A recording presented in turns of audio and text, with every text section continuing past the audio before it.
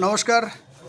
আদালত দর্পণ থেকে আমরা সাংবাদিকরা এই মুহূর্তে বেরিয়েছি বর্ধমান থেকে প্রায় ৬২ কিলোমিটার দূরে কানলাকোটে inter sub division cricket tournament 2025-এর পরিবেশ আবহাওয়া তার উত্তেজনা কীরকম আছে সেটা বোঝার জন্য।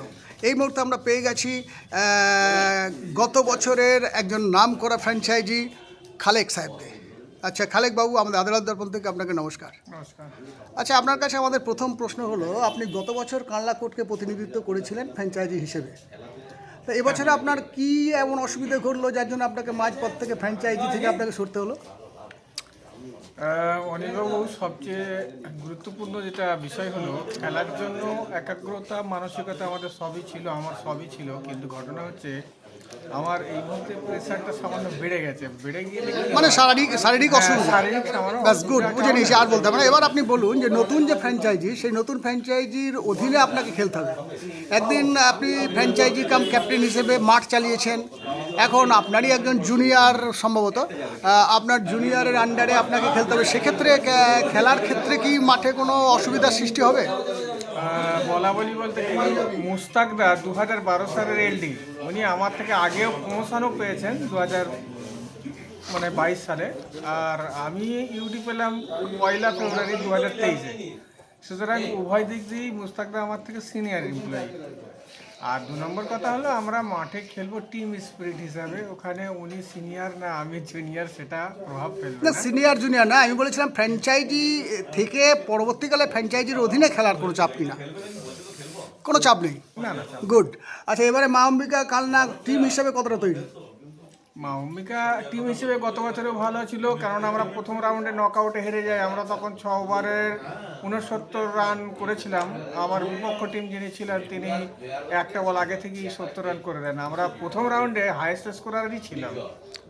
আমাদের আমার যতদূর আশা করি এবারও সেরকম হাই স্কোরই করবে। আমার যতদূর মনে পড়ছে, গতবারে আপনাদের টিমে একজন ভালো ব্যাটসম্যান ছিলেন অলিক কুমার, এবং একজন ভালো বোলারকে আপনারা এবার রাখতে পারেননি, যেটা হচ্ছে অরিজিৎ কুন্ডু।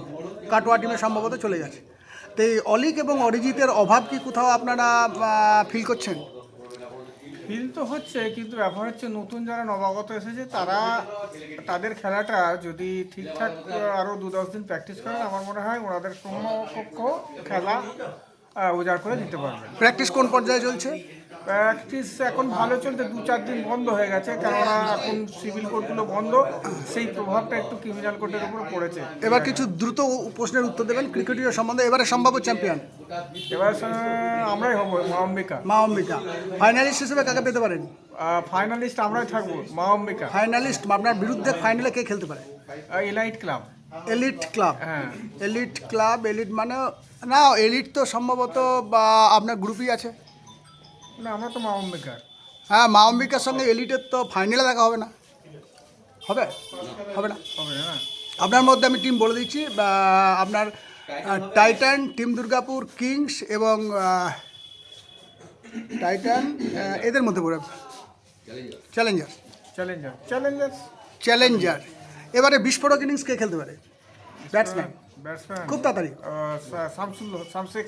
শেখ শামসুল। এবারে সর্বোচ্চ উইকেট সংগ্রহকারী কে হতে পারে?